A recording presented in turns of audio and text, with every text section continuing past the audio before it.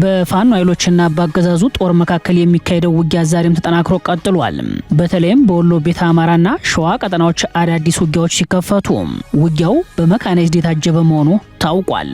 በተለይም በወሎ ጎንደር በር ላይ በተካሄደው ውጊያ ከፍተኛ ሰብአዊ ጉዳት ተመዝግቧል። ቀዳሚ የግንባር መረጃዎቻችን ናቸው።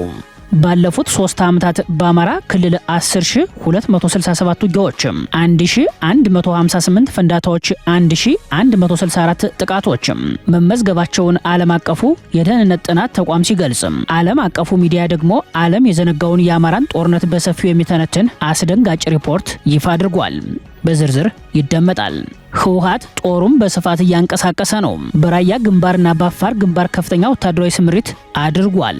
ሁሉም የታጣቂ ቡድኑ አባላት ስልካቸውን እንዲያስረክቡ ታዘዋል። ራያን ላማጣና ዙሪያው የሚገኘው ህዝብ ጦርነቱ ከመጀመሩ በፊት ጨለማን ተገን በማድረግ በእግሩ አካባቢውን ለቆ በመውጣት ላይ ነው።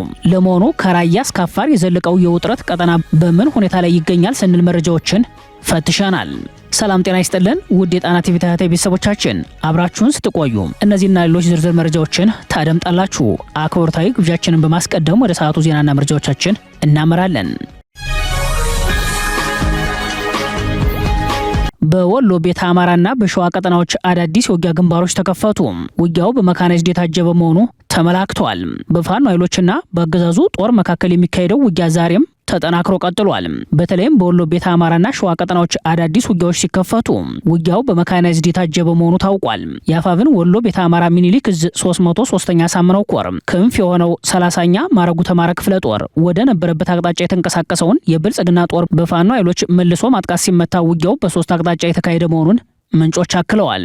በ3 አቅጣጫ ማለትም ከብልባላ በወይላ ከሰኞ ገበያ መረዝ በርና ከላሊበላ ሶር በአቅጣጫ የተንቀሳቀሰው ያገዛዙ ሰራዊት ወደ ሳርዝና በተለምዶ ጎንደር በር ተብሎ ወደሚጠራው ቦታ ወደ ቡግና ወረዳ አይና ከተማ ለማለፍ የተንቀሳቀሰው ኃይል በመጣበት በ3ቱም አቅጣጫ ክፉኛ ተመቷል።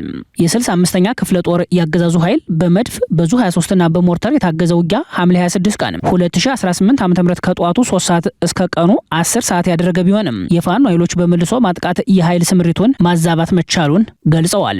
እንደ ፋኖ ምንጮች መረጃ ውጊያው በመካናይዝድ የታጀበ ቢሆንም በፋኖ ኃይሎች ስልታዊ የመልሶ ማጥቃት ምት የኃይል ሚዛኑን እንዳዛበው አስረድተዋል። በዚህ አውደ ውጊያ 23 ያገዛዙና አንድ ከፍተኛ የግንባሩ አዋጊ ሲደመሰስም የቅዱስ ላሊበላ ሆስፒታል በቁስለኞች ተጨናንቆ ማህበረሰቡን አገልግሎት ከመስጠት ታግዶ ቁስለኛውን እያስተናገደ ይገኛል ተብሏል። ሳርዝና ጎንደር በር በየሸጠና ሸለቆ የወደቀውን አስከሬን ማህበረሰቡ በመቅበር ላይ መሆኑን ዛሬ ሐምሌ 27 ቀን ከስፍራው የደረሰን መረጃ ያመላክታል። አድማጭ ተመልካቾቻችን ከዚህ በመቀጠል የግንባር ዘጋቢያችን በዚሁ የወሎ ቤተ አማራና የሸዋ ቀጠናዎች የዋለውን አፍላ የውጊያ መረጃ ወደሚያደርሰን ዘገባ እናመራለን። ሰላም ጤና ይስጥልን አድማጭ ተመልካቾች እንደምን አላችሁ? ወደ ግንባር መረጃችን ስናመራ ከሰሞኑ በሁሉም የአማራ ክልል ቀጠናዎች ከአውደ ውጊያውን ባሻገር ውጥረቶች ተባብሰው ቀጥለዋል። በየቀጠናው ከባድ የጦርነት ድባብ ሰፍኗል። አብዛኛው ቦታዎች የቅርብ ለቅርብ ምሽጎች ዝናብና ጎርፍ ተቋቁሞ ለረጅም ቀናት የቆየና አሁንም ያለ ከወትሮው ለየት ያለ የመፋጠጥ ድባብ ተፈጥሯል። በዛሬው ዕለት በሸዋ ቀጠና ለ4 ቀን አንድ ቦታ ላይ ተቆርጦ የቆየው የብልጽግና ጦር ላይ ከባድ ጉዳት ደርሶበታል። በወሎ ትንቅንቁ እንደቀጠለ ሲሆን ከፍተኛ ደም መፋሰስ የነበረበት አውደ ውጊያም ተካሂደዋል። በሸዋ ቀጠና ለ4 ቀናት የዘለቀው ትንቅንቅ በዛሬው ዕለት ከፍተኛ ቁጥር ያለው ያገዛዙ ጦር ሙትና ቁስለኛ የሆነበት የደፈጣና መደበኛ አውደ ውጊያ ተካሂዷል።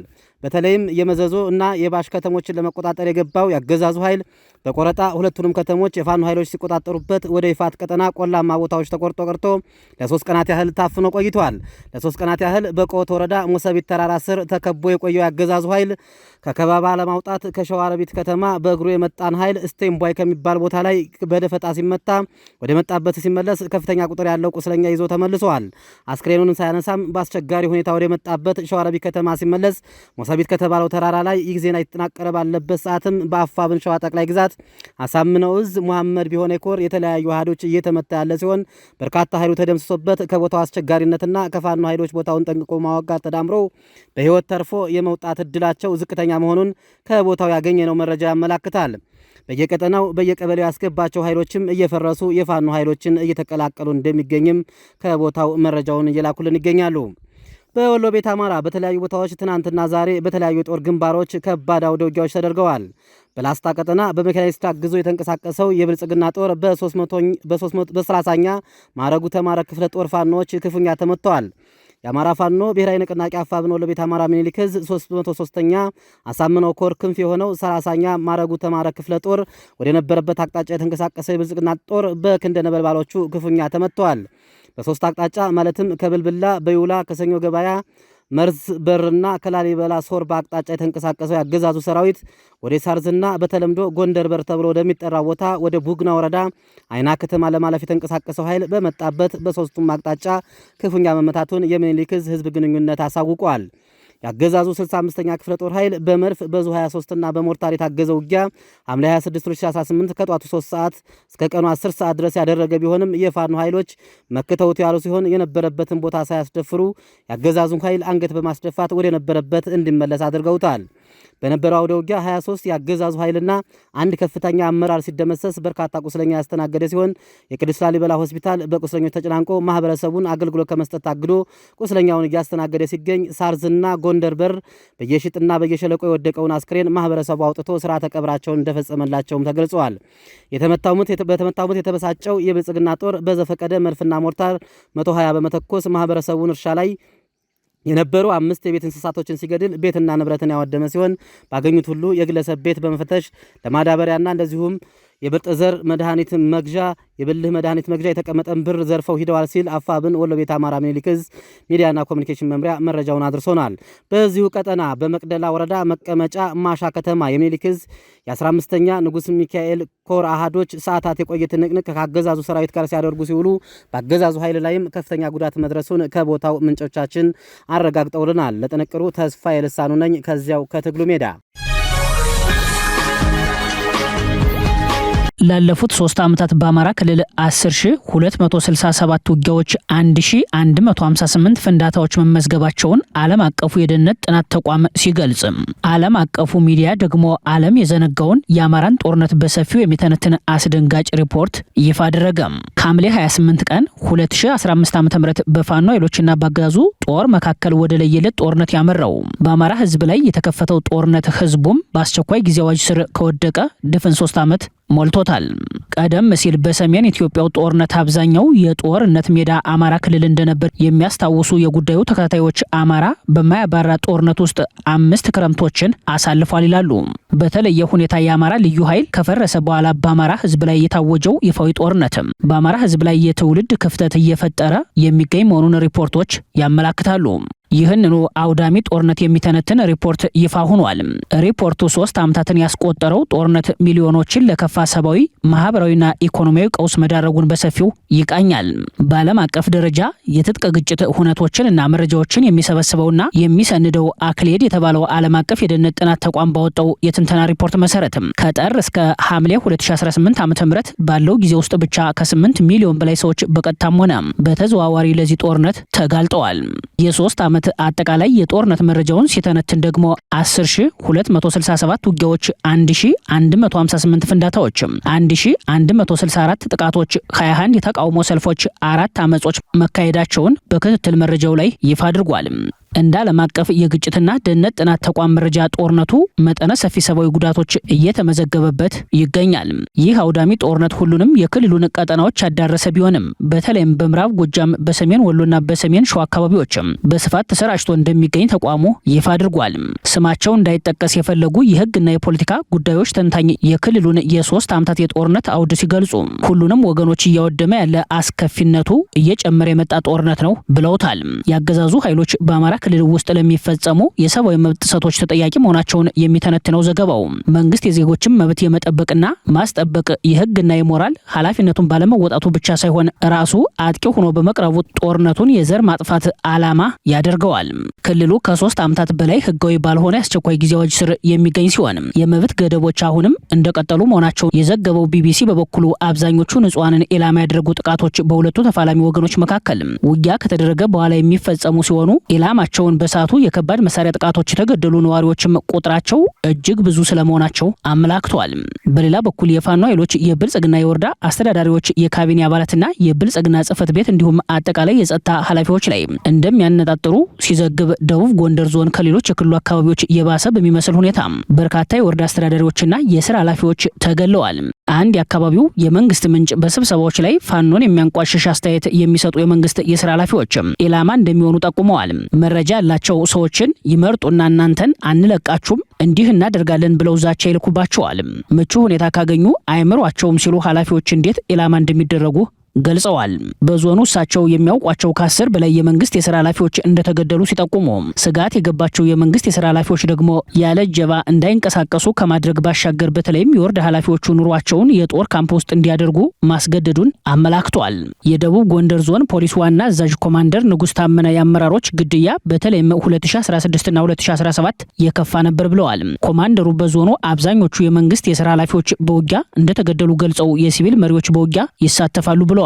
የፋኖ ኃይሎች የመንግስት የስራ ኃላፊዎችን መሳሪያ ከያዘው ወታደር ለይተው ባለማየት የውጊያው አካል ሲያደርጉ የመንግስት የጸጥታ ኃይሎች ደግሞ የፋኖ አባላት ቤተሰቦችና ፋኖን ይደግፋሉ የሚሏቸው ንጹሃን ላይ ወከባ፣ ዛቻ፣ ስር ንብረት ማገድም፣ የግድያ እንዲሁም ሌሎች ጥቃቶች እንደሚፈጽሙ የሰብአዊ መብት ሪፖርቶች ያመላክታሉ። በ2016 ዓ.ም መጨረሻ በደጀን ወረዳ ባለቤቷ የፋኖ አባል በመሆኑ ለወራት ታስራ የቆየችው የ6 ወር ነፍሰ ጡሯን ንጹህ መኮንንና የ44 ዓመት አማቷ የፋኖ አባሉ እናት ከታሰሩበት ፖሊስ ጣቢያ እንዲወጡ ተደርገው በግፍ መገደላቸውን ቤተሰቦች ለቢቢሲ ተናግረዋል። ህፃናትን ጨምሮ 6 የአንድ ቤተሰብ አባላት የፋኖ አባል የሆነው የንጹህ ባለቤት እንዲመለስ ለማስገደድ ለወራት መታሰራቸውን ገልጸዋል። የሰብአዊ መብት ባለሙያዎች ንጹሃን በግጭቱ ምንም ተሳትፎ ሳይኖራቸው በቤተሰቦቻቸው እንቅስቃሴ ምክንያት ብቻ የበቀል ጥቃት ኢላማ እንደሚሆኑ ይገለጻል። እንደዚህ አይነት የንጹሃን ጥቃቶች ተነጥለው የሚታዩ ሳይሆኑ የክልሉን ነባራዊ ሁኔታ የሚያንጸባርቅ ሰፊ የጥቃት አዝማሚያ አካል ሆኗል። ይህም በውጊያው ወቅት ከሚገደሉት ሰላማዊ ሰዎች በዘለለ ንጹሃን ላይ ሆን ተብሎ የሚፈጸም ጥቃት ነው። ሞት፣ ግድያ፣ የእንቅስቃሴ እቀባና ገደቦች እንደ እገታ ያሉ ጦርነቱ የወለዳቸው ወንጀሎች፣ ስደት፣ ተስፋ ማጣት፣ የኑሮ ጫና የክልሉ መደበኛ ህይወት ገሃነም ከሆኑ በርካታ ዓመታት አልፈዋል። አክሌድ በመዘገበው የአማራ ክልል የ3 ዓመታት ክስተት ዝርዝር ውስጥ በሁለቱ ተፋላሚዎች መካከል የሚደረግ ውጊያ 80 በመቶውን የክልሉን የጦርነት አውድ ይሸፍናል። የአክሌድ የምስራቅ አፍሪካ ከፍተኛ ተንታኝ የሆኑት ዶክተር ጃለሌ ጌታቸው ዘመቻ በተጀመረ ጊዜ በጣም ከፍ ይላል። ኦፕሬሽኑ ለ2 ሳምንት ወይንም ለ1 ወር ገደማ ይቆያል። ሜዳ ላይ አይደለም ውጊያው የሚደረገው፣ ሰው የሚኖርበት አካባቢ ስለሆነ ንጹሃን ይጎዳሉ። መረጃዎቻችን ይህን ያሳያሉ ብለዋል። አያይዘውም 13 በመቶ የክልሉ የጦርነት አውድ በንጹሃን ላይ የሚደርሱ ጥቃቶች ናቸው ብለዋል። ተመራማሪዋ ይህን ቢሉም ከድሮን እስከ መካናይዝድ ከኮማንዶ እስከ እግረኛ ሰራዊት በዘመተበት የ3 ዓመቱ የአማራ ክልል ጦርነት በንጹሃን ላይ ከደረሰው ሰብአዊ እልቂት አኳያ በንጹሃን ላይ የሚደርሱ ጥቃቶች በመቶኛ እጥፍ ሊሆን እንደሚችል ሌሎች የጉዳዩ ተከታታዮች አስተያየታቸውን ሰጥተዋል። ህወሓት ጦሩን በስፋት እያንቀሳቀሰ ነው። በራያ ግንባርና በአፋር ግንባር ከፍተኛ ወታደራዊ ስምሪት አድርጓል። ህወሓት በመሆኒና ባላማጣ መካከል ባለው የህዋኔ አላማጣ ሁለተኛ ደረጃ መንገድ እንዲሁም በኮረምና ባላማጣ መካከል ባለው ኤቱ አውራ ጎዳና ላይ የማንኛውንም የሲቪል እንቅስቃሴና የተሽከርካሪ ትራፊክ እገዳ መጣሉን አስታውቋል። እገዳው ተፈጻሚ መሆን የጀመረው ከትላንት ሐምሌ 26 ቀን ጀምሮ ቢሆንም ዛሬ ሐምሌ 27 ቀን በይፋ ያሳወቀው ህወሓት ለእርምጃው ምንም አይነት ምክንያት አልሰጠም። ይህ ውሳኔው የተላለፈው በአካባቢው ከፍተኛ ወታደራዊ ውጥረት በሰፈነበት ሰዓት መሆኑ ትኩረት ስቧል። ህወሓት ባለፈው ሐምሌ 25 ቀን በጎንደር ሁመራ ሸረሪና በኩል የከፈተው ማጥቃት ቀኑን ሙሉ ከኋላ ውጊያ በኋላ መቆሙን ተከትሎ ያለፉትን 36 ሰዓታት በአመዛኙ በኃይል ስምሪት ላይ እንደሚገኝ ታውቋል። በተለይም የህወሓት የደቡብ ግንባር እዝ ኮማንድ ፖስት ወታደራዊ አዛዦች የሚመሩት በራያና በአፋር አዋሳኞች በኩል ወታደራዊ እንቅስቃሴው ጨምሯል የተባለው ህወሓት በራያ ጨርጨር የነበረውን ሰራዊትና መካናይዝድ ጦር ሐምሌ 26 ለሐምሌ 27 አጥቢያ ሌሊቱን በባቡር መስመሩ ወደ አፋር ድንበር ሲያስጠጋ ማደሩን ወታደራዊ መረጃዎች ያመላክታሉ። ምንጮቹ እንደሚሉት ሁሉም የታጣቂ ቡድኑ አባላት ስልካቸውን እንዲያስረክቡ ታዘዋል። ይህ ትዕዛዙ ወደ ሙሉ ግንባር ውጊያ ለመግባት ከሚደረጉ የመጨረሻው ምዕራፍ ቅድመ ዝግጅቶች አንዱ እንደሆነ ይገመታል። ታጣቂዎቹ የጣታቸውንና የአንገታቸውን የወርቅ ጌጣጌጦችን እንዲሁም የግል ንብረቶቻቸውን ለአካባቢው ነዋሪዎች ባደራ እያስረከቡ ሲሆን ጥቂት የማይባሉ ታጣቂዎች ደግሞ በርካሽ ዋጋ ሽጠው ወደ ስምሪት አምርተዋል ተብሏል። ይህን የተመለከተው ህዝብ ጦርነቱ ከመጀመሩ በፊት ጨለማን ተገን በማድረግ በእግሩ አላማጣ ከተማን ለቆ ለመውጣት መገደዱን ምንጮች ጠቁመዋል። ንጋት ላይም በተመሳሳይ መንገድ እያቆራረጡ ወደ ገጠር ቦታዎችና ወደ ራያ ቆቦ አካባቢዎች በተበጣጠሰ መንገድ ፍልሰት ላይ መሆኑን ሰምተናል። ከህወሓት ወታደራዊ አዛዦች በተላለፈ ትዕዛዝ ከዛሬ ጀምሮ ባላማጣ በኮረምና በመሆኒ ቀጠናዎች የትኛውም የሲቪል ተሽከርካሪ እንቅስቃሴ እንዳይደረግ ሙሉ በሙሉ ሲከለከል፣ ባላማጣ ቴክኒክና ሙያ ኮሌጅ ከትላንት ጀምሮ አጣዳፊ የዝግጅት ስራዎች ተከናውነዋል። በኮሌጁ ግቢ ውስጥ ለነፍስ አድንም ሆነ ለውጊያ አገልግሎት የሚውሉ የህክምና ቁሳቁሶች፣ ቁስለኛ ማንሻ ቃሬዛዎች እንዲሁም አስከሬን ለመቅበር የሚያገለግሉ አካፋዎችና ዶማዎች በስፋት ተከፋፍለዋል። አርሚ 26 በዋግ ኽምራ ግንባር ሰቆጣ መስመር አርሚ ስምሪት ሲወስድ፣ አርሚ 31 ደግሞ የዛታ ኮረም ላሊበላ መስመር ሐሙሲት ማይማዶ በኩል ስምሪት ተሰጥቶታል። አርሚ 24 ያላማጣ ወልዲያ መስመር ይዞ በወልዲያ ምዕራብ ባሉ ቀጠናዎች ደጋማውን አካባቢ ወደ ቀበሮ ሜዳና ተኩለሽ ስምሪት ተሰጥቶታል። አርሚ 33 የቆቦ ወልዲያ ዋና መስመሮችን ይዞ ወደፊት ግዳጅ ሲሰጠው፣ አርሚ 43 እና አርሚ 44 የጨርጨር አፋር መስመርን ስምሪቶችን እንዲያጠናክሩ ስምሪት ተሰጥቷል። ከማይጨው አካባቢ የቡድን መሳሪያዎች የአየር መቃወሚያ ዙ 23 በተሽከርካሪዎች ተጭነው ወደ ኮረምና ራያ መሆኒ ራያ ላማጣ ተንቀሳቅሰዋል። ከማይጨው ተነስተው ዙ 23 የጫኑ ተሽከርካሪዎች ወደ ራያ ዛታ ኮረም ተንቀሳቅሰዋል። በአክሱም ዩኒቨርሲቲ ፈተና አጠናቀው ሲመለሱ የነበሩ ተማሪዎች ታገቱ። ሌሎች በክልሉ የሚገኙ የዩኒቨርሲቲ ተማሪዎች ደግሞ አስቸኳይ የዝውውር ጥሪ አድርገዋል። ውጥረቱ በመላው ትግራይ ጨምሯል። በአክሱም ዩኒቨርሲቲ የ12ኛ ክፍል ፈተና አጠናቀው ሲመለሱ የነበሩ ተማሪዎች በውቅሮ አካባቢ በህወሓት ታጣቂዎች መታገታቸው ተሰምቷል። የአካባቢው መረጃ ምንጮች እንደሚሉት እገታ የተፈጸመባቸው ተማሪዎች ወደ ወታደራዊ ግዳጅ ተወስደዋል።